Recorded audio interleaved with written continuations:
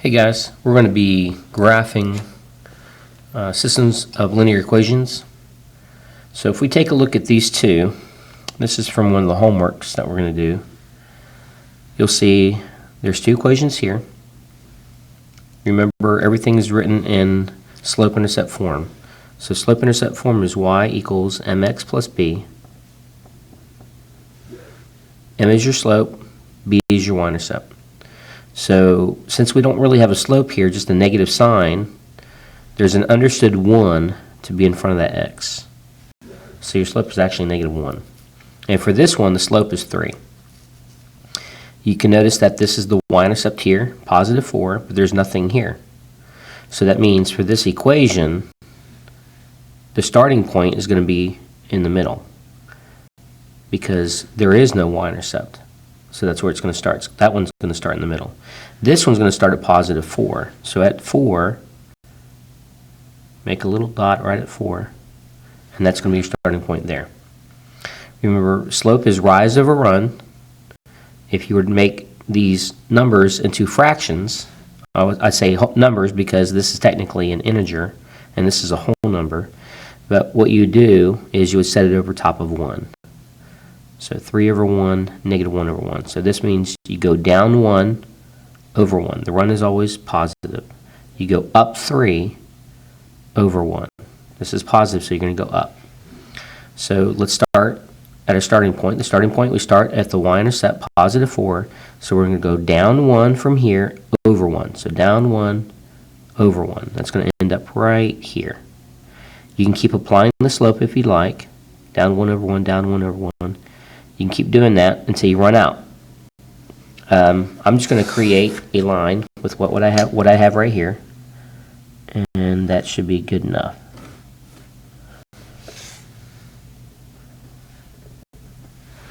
For the other one, y equals 3x, again, starting point's at 0 because there is no y-intercept. There's nothing there. So you're going to start at 0. So you're going to go up 3 over 1. So 1, 2, 3 over 1. And it actually connects right here. So that line's going to be right here. And you can see right off the bat that they intersect at that point at 1, 3. 1, 3 is where they both intersect at. So 1 is your x, and 3 is your y. So that's going to be your solution. And you can check it by plugging it back in. So 3 goes into y, 3. 3 equals 3 times 1. X is 1, so that makes sense.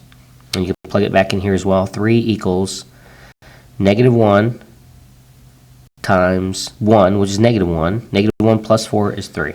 So that works up here as well in that equation. All right, let's do another one. This one, the slope, you see it's 2 and 3. The y-intercept is 4 and 2. So let's go ahead and plug in our y-intercept. So 2 and 4. Let's start with 4. So the slope is 2, or 2 over 1. So we're going to go up 2 over 1, 1, 2 over 1. So that's going to be that equation, or that line I should say.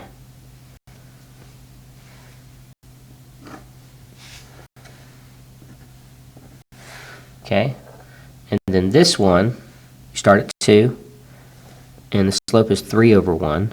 So you're going to go up 3, 1, 2, 3 over 1.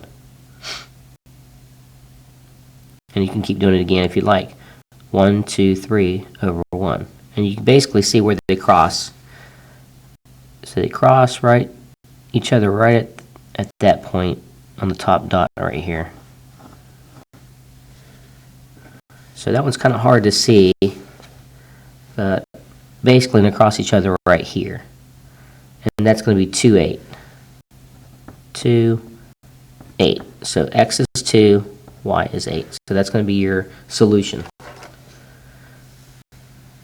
And next, you can see the y-intercept is negative 4. This y-intercept, negative 4 as well. But the problem is there's no slope. So if there's no slope, that means it's going to be a straight line. So look for -4, make a dot right here.